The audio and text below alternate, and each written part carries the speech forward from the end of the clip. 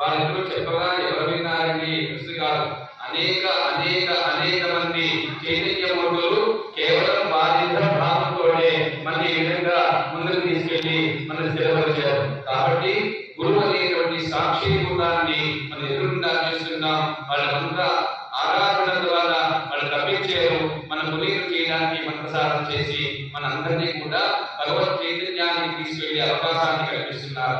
కాబట్టి వ్యాస పౌర్ణమి గొప్పది. ఏ పౌర్ణమి చాలా గొప్పది.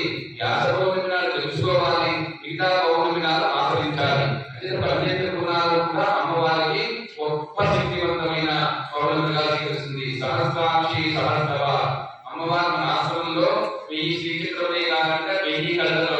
ఒక్కొక్క శ్రీచిత్రానికి అమ్మవారిగా భావిస్తే ఒక్కొక్క అమ్మవారికి 1000 కళలు ఉంటాయి. అటువంటి 1000 శ్రీచిత్రానికి ఒక్కొక్క శ్రీచిత్రానికి 1000 కళలు చొప్పున 1000 శ్రీచిత్రానికి ఒక్కొక్క 1000 చొప్పున మనం కడితే అమ్మవారి దృష్టంతా కూడా మన పీఠం మీదే ఉంది, మన మీదే ఉంది అనేటువంటి భావం తెలుసుకోవాలి. అప్పుడే శ్రీచక్రాన్ని చేసిన శ్రీచక్రం మీద కూర్చుని పూజ చేసిన యోగ్య ఫలం వస్తుంది.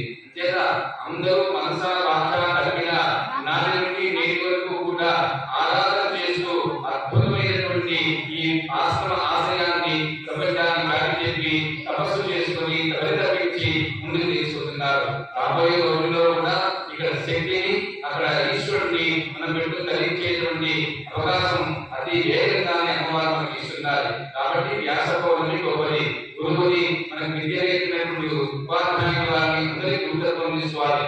ముందు మొట్టమొదటిగా తల్లిదండ్రులకి అర్థం చేసుకోవాలి. వారి ఆధ్యాత్మిక గురువుని స్వీకరించి మంత్రసారం చేసుకోవాలి. గురువుని ఆరాధించాలి, దేవుడిని ఆరాధించాలి. పల్లెల్లో కూడా మనం తిరిగేటువంటి ఏ విధంగా ప్రవర్తించాలనేటువంటి సంస్కారాన్ని కూడా నేర్చుకోవాలి. అప్పుడే గురువుకి అతి సమీపంగా వెళ్ళగలుగుతారు.